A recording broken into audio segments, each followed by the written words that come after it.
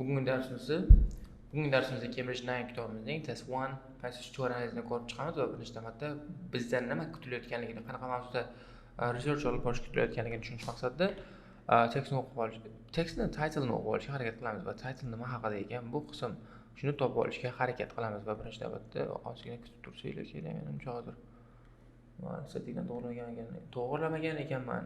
To'g'rilangan bo'ldi. Hope is there anybody out there? Come on. Is there anybody out there and search for extraterrestrial intelligence? Yo'qsunda alien, ya'ni o'zgachalar haqida bo'lar ekan. Undan keyin siz savol turlarini ko'rib olish va shu orqali qaraymansa qismdan mana kerak emas bo'lishi ehtimoli juda ham katta. Shu savol turlarini ko'rib olishimiz kerak va shu orqali biz bizdan nima kutilayotganini, qanaqa skilllarni ishlatish mumkinligini aniqlab olishimiz mumkin. Va bu paragraf A5 berib bo'lgan ekan, paragraf A ni o'chirib tashlaymiz. Kerak emas bizga. E5 ni o'chirib tashlaymiz. Bizga umuman kerak emas. Anaqasi yo'q, qiziq emas. Xo'p, bizda 3 ta paragraf bor ekan. 3 ta, hold on. 3 ta paragraf bor ekan. Xo'p, bu paragraflarni baribir javobini topish. Come on, where are you going? Bu javoblarni baribir topish maqsadida o'qiymiz hamma narsani. Qanaqa ma'noda degani, bu ma'lumotlarni topish uchun paragraflar hammasi ko'rib chiqiladi. Endi keling, savol turlarini ko'rib chiqamiz. Va savol turlari bizda short answers, no more than 3 words or in a number. What is life expectancy of Earth? Yes or no degan savollari. O'z bilganingizdek, bu qismda masalan bu paragraflarning javoblarini topish uchun matching headingni muvaffaqiyatli ravishda amalga oshirish uchun hamma qismni o'qishimiz kerak. Har bitta tekstni, har bitta paragrafni sinchiklab o'qib, o'rganib tushunishimiz kerak. Va bu vaziyatda biz mana bu savollarga, yes or no degan savollar, short answerlarga ham javoblarni ko'rib ketamiz, o'qib ketamiz va ko'pchilik o'quvchilar matching headingni tugatib olib, keyin qarayman, chunki menga shu qulay, matching headingga fokus qilaman, test tugataman, keyin orqaga qaytaman deyshadi, lekin uni qilganingizda ko'p energiyangiz ketadi, ko'p vaqtingiz ketadi. O'sha uchun ham bugun nima qilishga ko'ra harakat qilamiz. Bugun o'sha keywordlarni aniqlab olamiz, bizdan nima kutilyapti, o'sha paragraflarni o'qiganimizda nimaga e'tibor berishimiz kerak, shundan ham topib ketishga harakat qilamiz. O'z ko'rganingizdek life expectancy of Earth. What kind of signal from other intelligent civilizations are citizens searching for? What kind of signal searching for? Well, the radio signal was how many stars are the world's most powerful radio telescope searching? Koramas. Alien civilization may be able to help human race to overcome serious problems. SETI or SETI and scientists are trying to find a life form that resembles humans in many ways. Americans and Australians have cooperated. Xo'p, shu kabi javoblarni topadigan bo'lsak, o'qiydigan bo'lsak, keyin chopishimiz mumkin bo'ladi. Endi o'qimaymiz. Endi o'qishimiz mumkin mana bu savollarga javob topish uchun. Life expectancy. So the search for signals, blah blah blah, difficult one. No information about it. Life expectancy. Primary reason for search is basic curiosity, same curiosity in the nature world that drives all pure science. We want to know whether we are alone. We want to know whether life evolves naturally if given right conditions. Whether there's something very special about Earth to have fostered the variety of life forms that we see around us on the planet. The simple detection of radio signal will be sufficient to answer these most basic questions. In this SETI is another cog in the machinery of pure science which is continually pushing the horizon of our knowledge. However, there are other reasons for being interested in whether life exists. For example, we have had civilization on Earth for only a few thousand years, and threats of nuclear war and pollution over the last decades have told us that our survival may be tenuous. Will we last another 2,000 years, or will we wipe ourselves out? Since the lifetime of a planet like ours is several billion years, we can expect that if other civilizations do survive in our galaxy, their age will range from 0 to several billion years. As any other civilization that we hear from is likely to be far older on average than ourselves, the more existence of such civilization will tell us that long-term survival is possible and gives us some cause for optimism. It's even possible that the older civilization may pass on the benefits of their experience in dealing with threats to survive, such as nuclear war or global pollution, other threats that we haven't discovered yet. O'zingiz ko'rganingizdek, paragraf A da javoblarimiz bor ekan. What's the life expectancy of Earth? Yozib qo'yibdi, several billion years. Demak, bilmayman endi qanaqa yozamiz endi. Several billion years yozamiz. Qanaqa yozasan? Several billion years yozasan-da. Chunki yozilmagan. O'zi 4.3 billion years, 4.3 billion years degan. Buni yozmabdi. First several billion years yozib qo'ysak bo'ldi. Several billion years. Bo'ladi javobimiz birinchisi 18 ga. What is life expectancy of Earth? Several billion years. What kind of signals other intelligence are searching for? Oh, it's like radio signals here. Просто radio signals yozib qo'yamiz. Come on deb arada.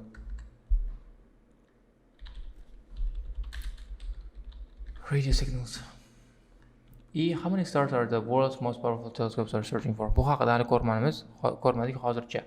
Our civilization are able to help human race overcome serious problems. Demak, bunda bor, may pass on the benefits. Yes.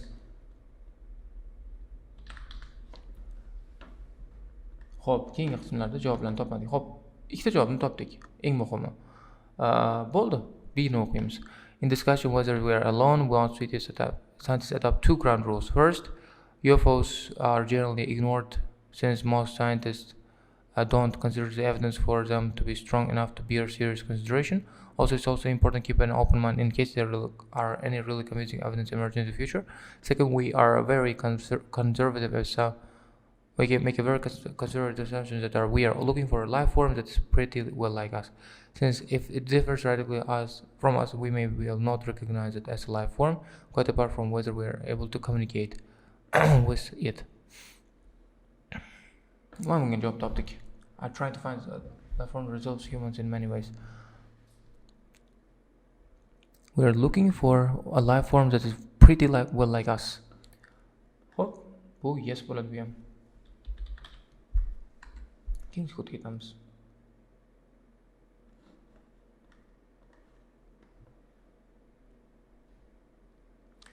Bu haqida American Australian haqida o'qimadik.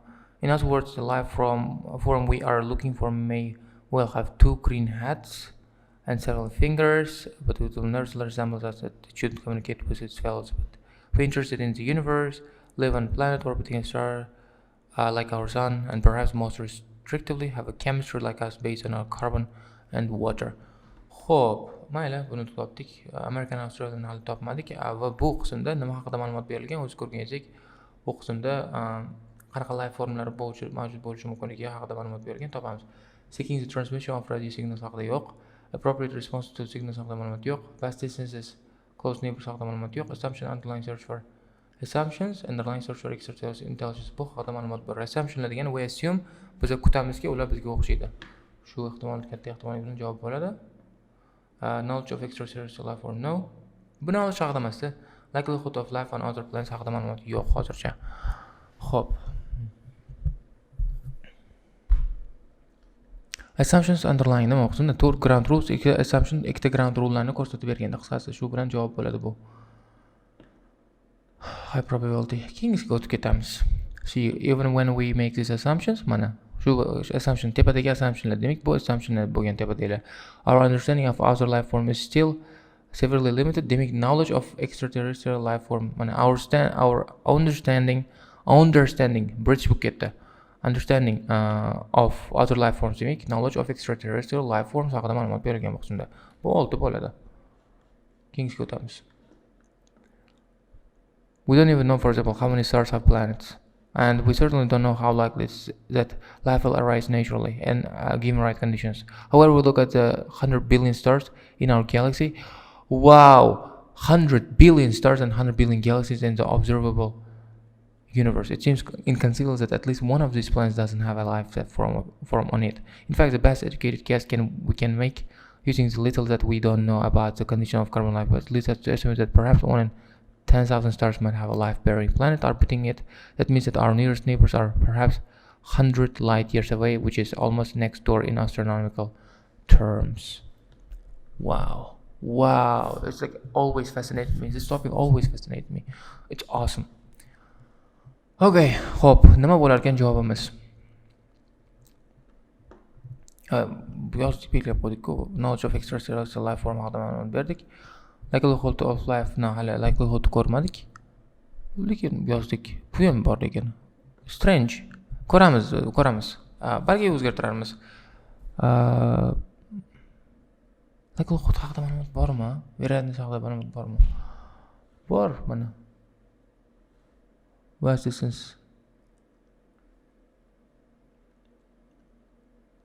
Qisqasi shuni belgilab turaylikchi, nima bo'lar ekan. Keyin ko'ramiz javoblarni. Mana bunda ham javoblar borda. How many stars are the world's searching? Mana bu 10,000 stars yozib qo'yamiz. Oh, 10 billion stars. 100 billion stars. 100 billion stars bo'ladi javobimiz. Keyingisiga o'tamiz. American scientists, no information about it. Hozircha yo'q. An alien civilization could choose many different ways of sending information across the galaxy, but many of these require too much energy or else are severely attenuated while traversing in the vast distances across the galaxy. It turns out that for a given amount of transmitted power, radio waves in the frequency of range this travels the greatest distance. So all researchers to date have concentrated for looking for radio waves in this frequency range. So far, there have been a number of searches by various groups around the world, including Australian searchers using radio telescope at Park, New South Wales.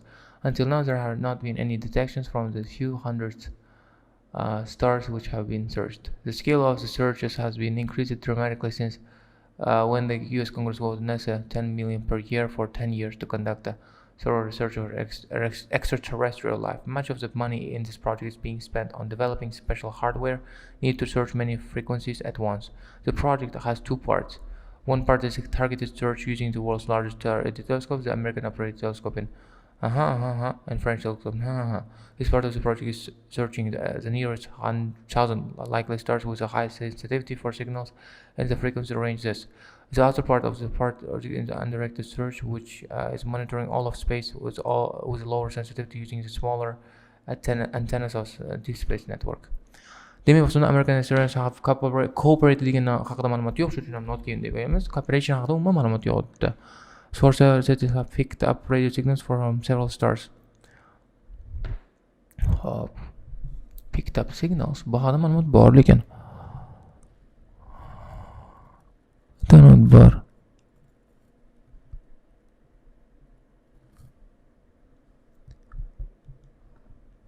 How deydi? So far there are a number of searches by various until there hadn't been any detections from few hundred stars which have been searched. Demak, o'shanda any detection, umuman detection bo'lmagan, search qilishgan, hech narsani detect qila olishmagan. Mana there haven't been any detections from few hundred stars. Demak, o'shanda bu no bo'ladi javob. Chunki picked up qilmaganda, hech qanaqa radio signallar olmagan. Oldi degani bu biz topdik, o'sha extraterrestrial yoki alien life yoki o'zga sayyoralarni topdik degani bo'ladi. Shu hali o'sha chiqarmagan, ko'rmagan o'sha. And the NASA project attracted criticism from some members of Congress. Xo'p, criticism anaqa attract qilmagan. Bu not given yoki yes no bo'ladi. Demak, criticism haqida umuman ma'lumot yo'q, chunki 10 millionni berib qo'yibdi, 10 yilga mayli bemalol nima qilsang qil deb. Members of Congress not given bu. Hali member kongressmenlar haqida ma'lumot yo'q. O'sha kongress memberlari haqida umuman ma'lumot yo'q. O'sha uchun ham bu not given bo'ladi. Bilmadim. If a signal from outer space is received, it will be important to respond promptly. Ko'ramiz. Xo'p, bu demak o'shanda o'sha searching haqida ma'lumot berilganda, xo'p, seeking the transmission of radio signals from transmission of radio signals from planets. Bu birga o'xshayapti. Juda o'xshadi birga. Come on. Sorry guys, come on. D bo'lar ekan bir, taxminan. Taxmin bu. Appropriate responses to yo'q, hozircha vast distance no. Xo'p, qisqasi mana shuncha bo'ldi. Ini ko'ramiz. Javobni topaman. There is considerable debate over how we should react. How we should react if we detect signal from alien civilization. Everybody agrees that we shouldn't reply immediately. Everybody agrees we shouldn't reply immediately. Quite apart from the impracticality of sending a reply over such large distance at short notice, it raises a host of ethical questions that would have to be addressed by the global community before any reply could be sent. Would the human race face a culture shock if faced with a superior or much older civilization? Luckily, there's no urgency about this. The stars being searched are hundreds of light years away, so it takes hundreds of years for their signals to reach us, and further a few hundred years for our reply to reach them. Wow, it's not important then. There's a delay of a few years or decades while the human race debates the question of whether to reply, perhaps carefully drafts a reply. Demoqchimda appropriate responses to signals from other civilization haqida ma'lumot bor. Qoyil, yaxshi gap ekan. 100 million yil ketadi, 100 ming yil ketadi, 100 yil ketadi. What? How much? Hundreds of light years. 100 yil ketar ekan. Wow. Are you crazy? Demak, bu qismni javoblar tugadi. Vast sensasini ishlatmadik. likelihoodni ishlatmadik. Bilmayman nimaga. Ishlatmang qisqasi. Agar javob xato bo'ladigan bo'lsa, I'm sorry guys. I'm really sorry. Xo'p, it will be important to respond promptly. Bu no. Important emas-da, kutish kerak. No. Xo'p, demak bizda nimalar javoblar bo'ldi? Yes, yes, not given, no, not given, no. O'z ko'rganingizdek, ikkitadan ishlating hammasini. Shu bilan bugungi darsimiz uzoqlashib ketadi. Agar muammolar bo'ladigan bo'lsa, kommentarda qoldirishingiz mumkin. Javob berishga harakat qilamiz. Shu bilan sizni keyingi darslarda ko'rishguncha. Bye bye guys.